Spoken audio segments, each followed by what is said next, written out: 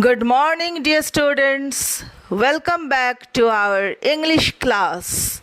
Today we will continue the third part of the chapter named The Rattrap, written by Selma Lagerlöf.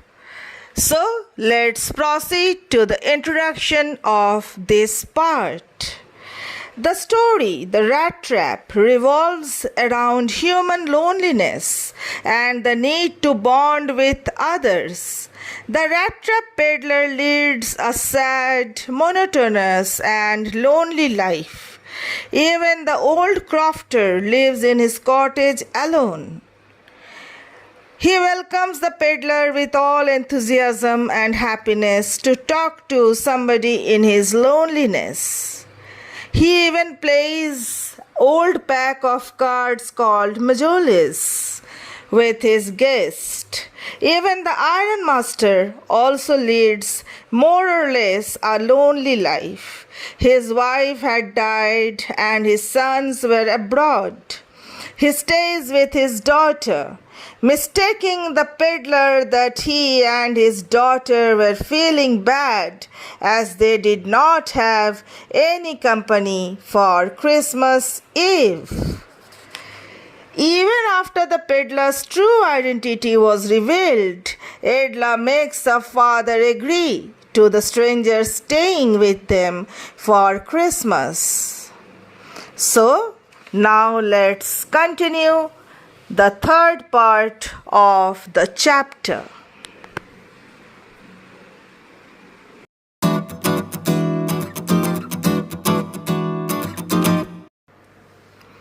But he laughed to himself as he went away, and the blacksmith, who knew him, understood very well that he had not said his last word.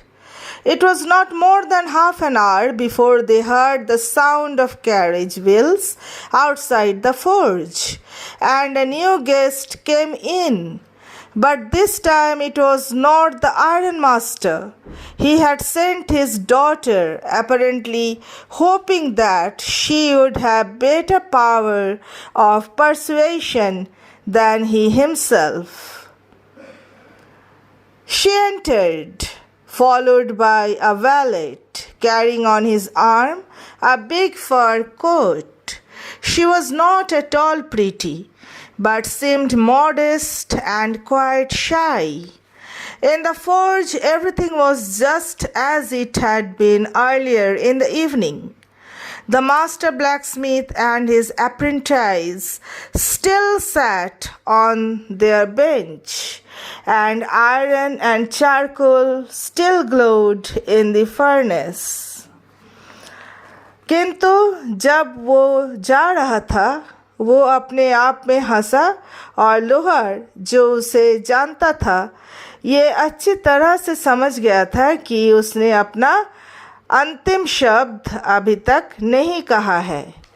अभी आधे घंटा से ज़्यादा नहीं हुआ था कि उन्होंने कर्मशाला के बाहर एक सवारी गाड़ी की आवाज़ सुनी और एक नया मेहमान अंदर आए, किंतु इस बार कारखाने के मालिक नहीं था। उसने अपनी बेटी को भेजा था, स्पष्टतः ये आशा करते हुए कि उसके पास किसी को मनाने की शक्ति उनसे ज़्यादा है। वो अंदर आई एक साज सज्जा के सेवक के साथ, जिसने अपने हाथों में एक बड़ा फाड़ का कोट पकड़ा रखा था। वो अधिक सुंदर दिखने में नहीं थी, लेकिन बड़ी ही शर्मीली थी। उस लोहे की कर्मशाला में सब कुछ वैसा ही था जैसा कि ये शाम को था। मुख्य लोहार और उसका प्रशिक्षु अपनी मेजों पर बैठे हुए थे और लोहा और कोयला अभी भी भट्टी में चमक रहे थे। The stranger had stretched himself out on the floor and lay with a piece of pig iron under his head and his hat pulled down over his eyes. As soon as the young girl caught sight of him, she went up and lifted his hat.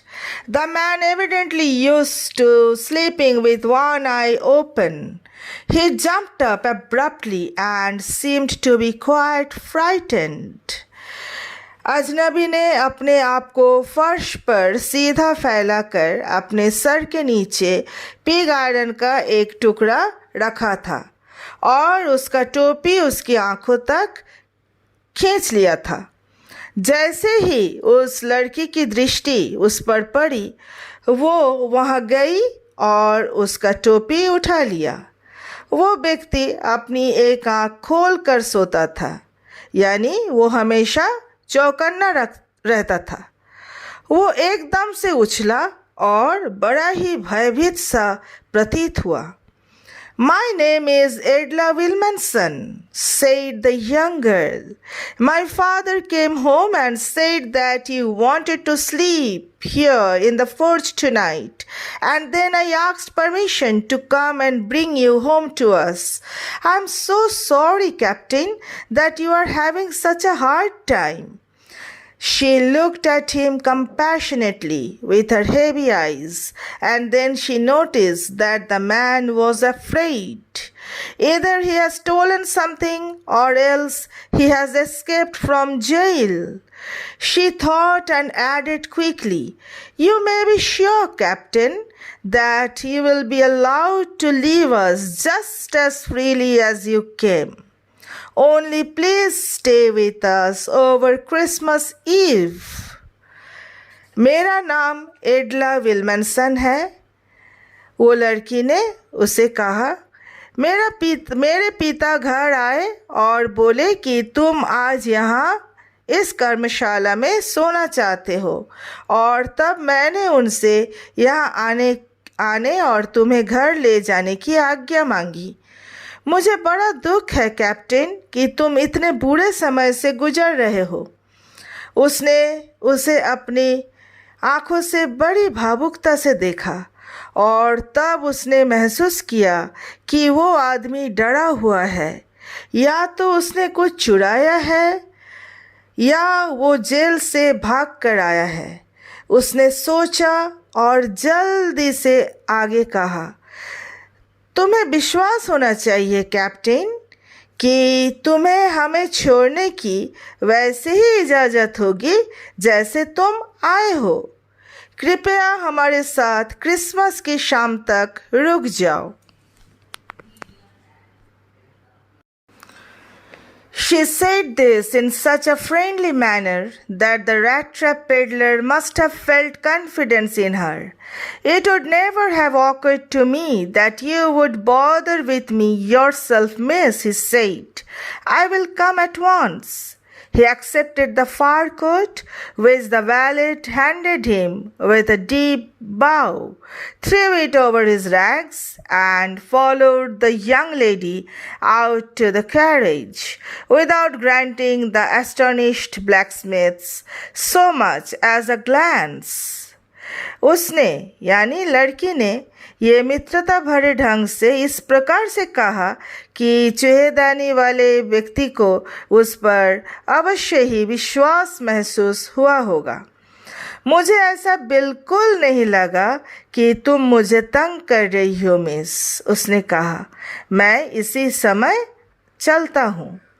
उसने उस फाड़ के coat को स्वीकार कर लिया जो कि सेवक ने उसे काफ़ी झुकते हुए यानी बहुत ही सम्मान से पकड़ाया था।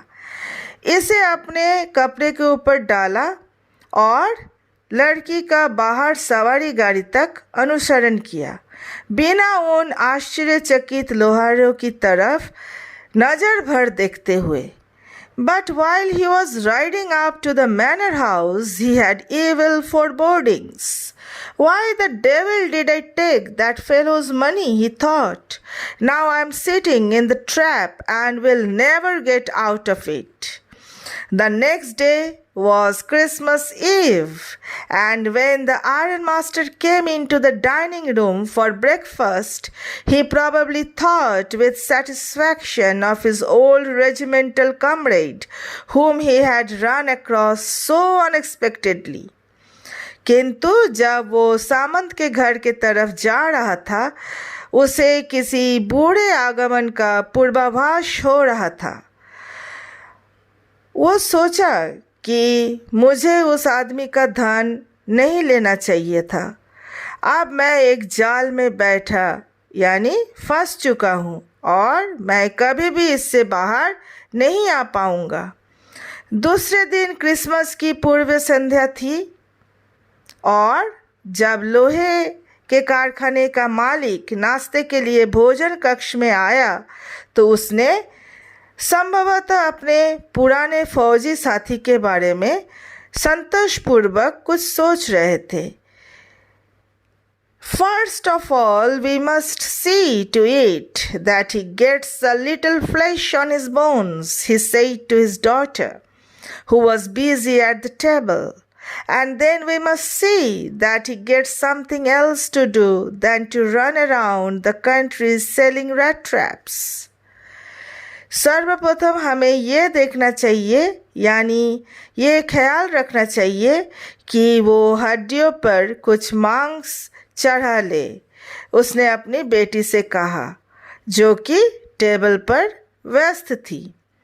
और तब हमें ये देखना चाहिए कि उसे गांव में चूहेदानियाँ बेचने के अलावा और भी कोई काम मिल जाए। इसके लिए भी हम लोग को प्रयास करना चाहिए।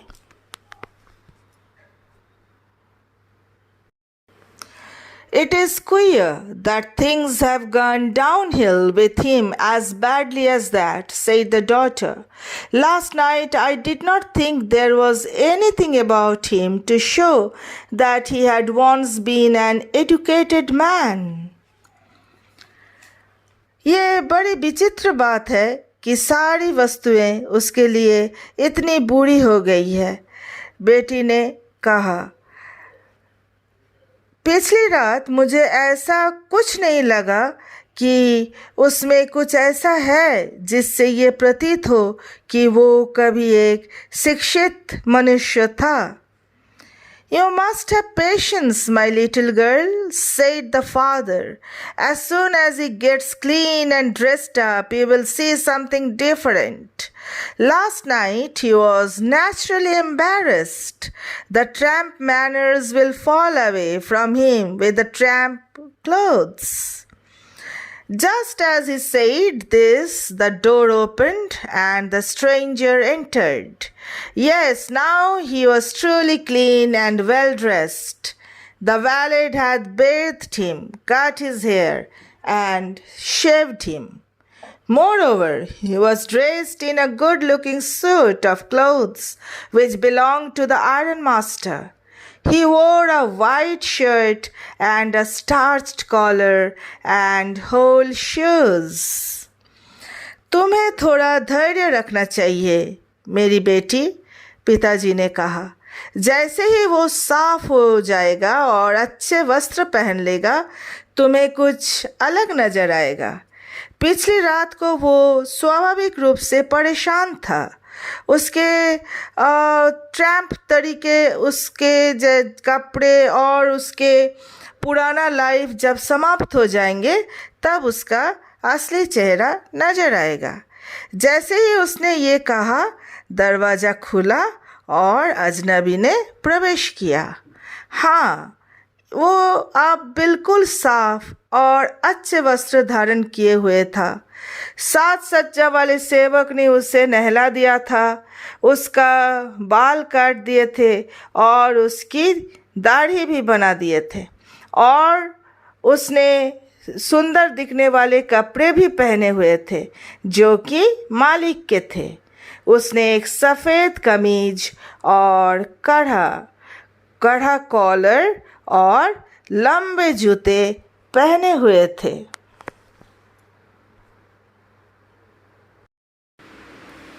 But although his guest was now so well groomed, the ironmaster did not seem pleased. He looked at him with puckered brow, and it was easy to understand that when he had seen the strange fellow in the uncertain reflection from the furnace, he might have made a mistake. But that now, when he stood there in broad daylight, it was impossible to mistake him for an old acquaintance. "What does this mean?" he thundered. The stranger made no attempt to dissimulate. He saw at once that the splendor had come to an end. यद्यपि उसका मेहमान अब इतनी अच्छी तरह से तैयार होकर उसके सामने खड़ा था, किंतु कारखाने का मालिक प्रसन्न दिखाई नहीं दिया।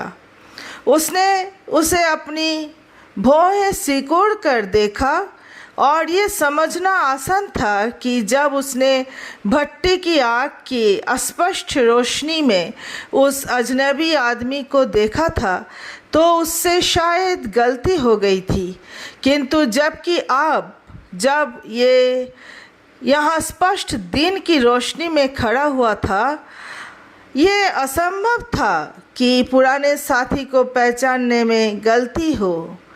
इसका अर्थ क्या है? वो गरजा। अजनबी ने बहाना करने का कोई प्रयत्न नहीं किया। उसने कोई भी बहाना नहीं किया। उसने तुरंत देखा कि अब सारी शोभा समाप्त हो चुकी थी। "It is not my fault, sir," he said. "I never pretended to be anything but a poor trader, and I pleaded and begged to be allowed to stay in the forge. But no harm has been done. At worst, I can put on my rags again and go away." "Well," said the ironmaster, hesitating a little, "it was not quite honest either. You must admit that, and I should not be surprised if the sheriff would like to have something to say in the matter." "ये मेरी गलती नहीं है श्रीमान जी," उसने कहा। "मैंने एक गरीब व्यापारी होने के अलावा और कोई भी दिखावा नहीं किया था, और मैंने कर्मशाला में रुकने के लिए याचना और प्रार्थना भी की थी, किंतु अभी भी कोई नुकसान नहीं हुआ है। सबसे बुरी बात यह है कि मैं अपने फटा कपड़ा दोबारा पहन सकता हूँ और यहाँ से जा सकता हूँ।" "ठीक है," कारखाने के मालिक ने कहा, थोड़ा सा झिझकते हुए। "ये ईमानदारी तो कतई नहीं थी कि तुम्हें ये पहले ही स्वीकार कर लेना चाहिए था, और मुझे इस बात में आश्चर्य नहीं होना चाहिए कि अगर शेरिफ यानी परगना अधिकारी इस विषय में कुछ कहे."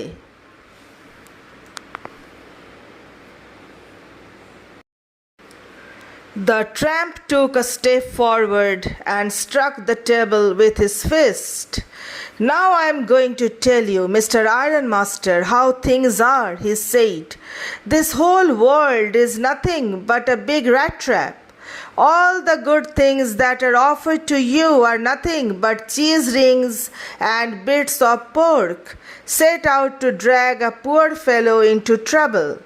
And if the sheriff comes now and locks me up for this, then you, Mr. Ironmaster, must remember that a day may come when you yourself may want to get a big piece of pork, and then you will get caught in the trap."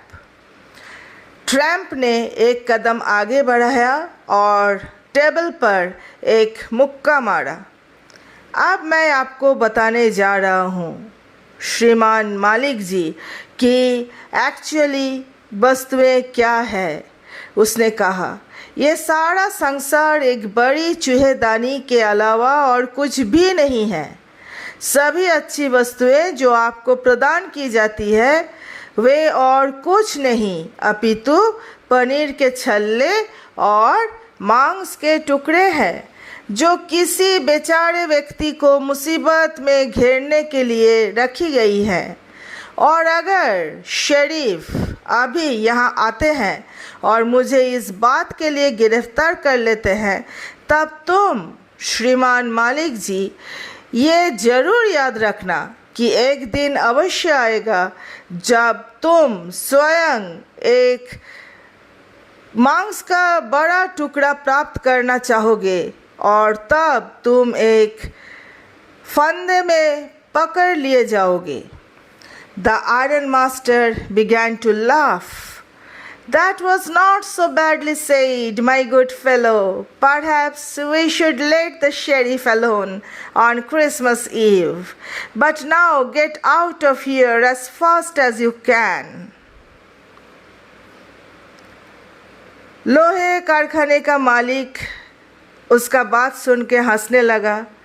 तुमने कुछ ज़्यादा बुरा नहीं कहा मेरे अच्छे साथी। शायद हमें क्रिसमस की संध्या को शेरिफ जी को अकेले ही रहने देना चाहिए, किंतु अब तुम यहाँ से जितना शीघ्र हो सके निकल जाओ। इतना बोल के आयरन कारखाना के मालिक उसको वहाँ से निकल जाने के लिए आदेश दिया।